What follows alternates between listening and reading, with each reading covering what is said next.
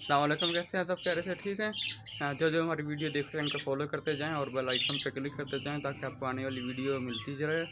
और ये मेरे एक अलग जोड़ी थी नीले रंग की, तो इनको मैंने अलग पिंजरे में डाला हुआ है। तो अभी एक तो मादी अंडों पे है, तो इनको भी हम लोगों ने देखे हैं सबक पुदीना धनिया वगैरह डाला है। ये लोग भी बहुत शौक से खाते हैं।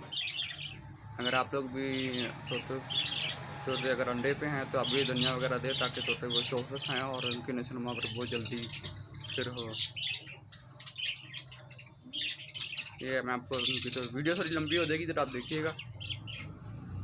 जो जो इन तोतों का शौक करते हैं वो धनिया वगैरह आप तोतों को नस्ल नुमा के लिए दिया करें।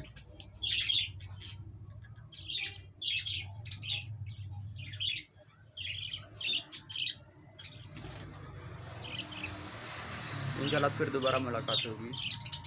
चैनल को फॉलो करना ना भूलिएगा। अल्लाह हाफ़िज़।